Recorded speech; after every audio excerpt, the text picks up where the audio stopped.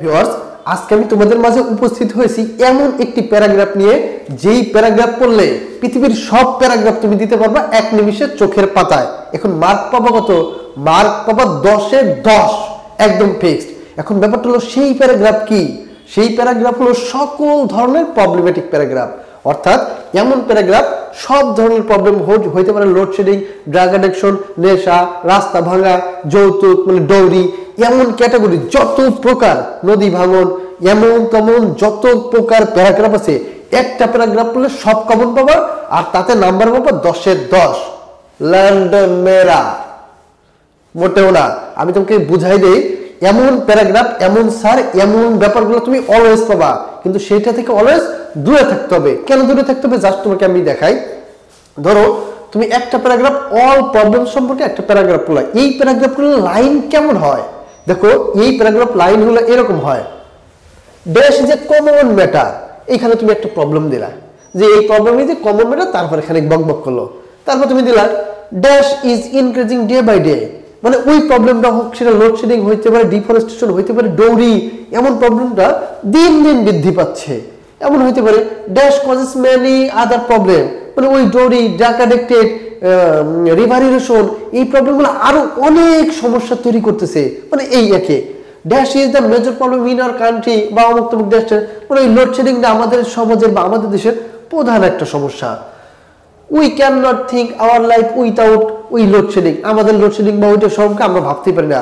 দেখো এইখানে কিন্তু ঘুরাই ফিরাই বলা হয়েছে, কিন্তু কোনো প্রবলেম সম্পর্কে স্পেসিফিক কোনো তথ্য দেওয়া হয় নাই, যার ফলে তুমি মার্ক পাবা। দেখো লোডশেডিং সম্পর্কে তুমি কি দিতে পারতা?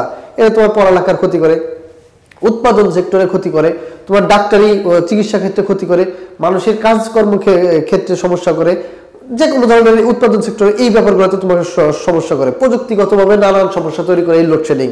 এখন তুমি যদি লোডশেডিং এর পরিবর্তে তুমি এই লাইনগুলা যদি এইরকম স্পেসিফিকভাবে নির্দিষ্ট করতে চাও, স্পেসিফিক ভাবে তথ্য উপস্থাপন করো, আর সেখানে ধরো ড্রাগ অ্যাডিকশনের প্যারাগ্রাফ চলে আসছে, নাম্বার দিবে না।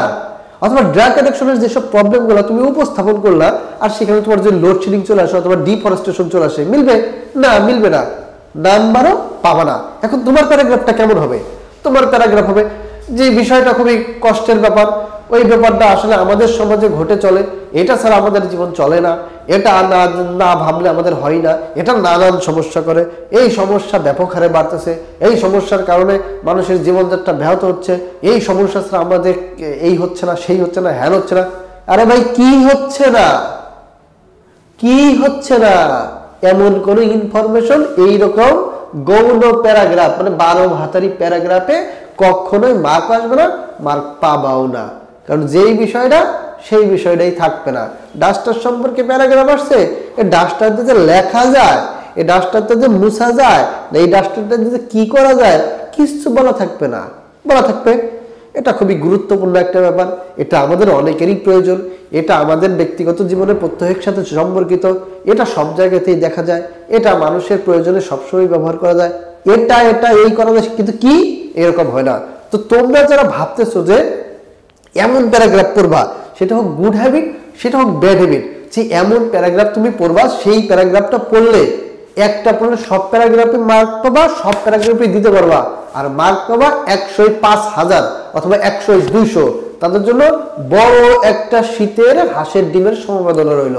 আশা করছি আমার ব্যাপারটা বুঝতে পারছো যে এই গৌণ প্যারাগ্রাফ পড়লে কিভাবে তোমার বড় বড় ওই উট পাখির ডিম পাওয়া যাবে, সেটা অবশ্যই আমি তোমাকে বোঝাই দিছি। তো এসব গৌণ প্যারাগ্রাফ থেকে বাদ দিয়ে স্পেসিফিক প্যারাগ্রাফ শেখো, অথবা ফ্রি হ্যান্ড রাইটিং শেখো। যে any of cost anything is possible if you want to learn a freehand writing course. If you learn freehand writing course, you will be able to answer all questions.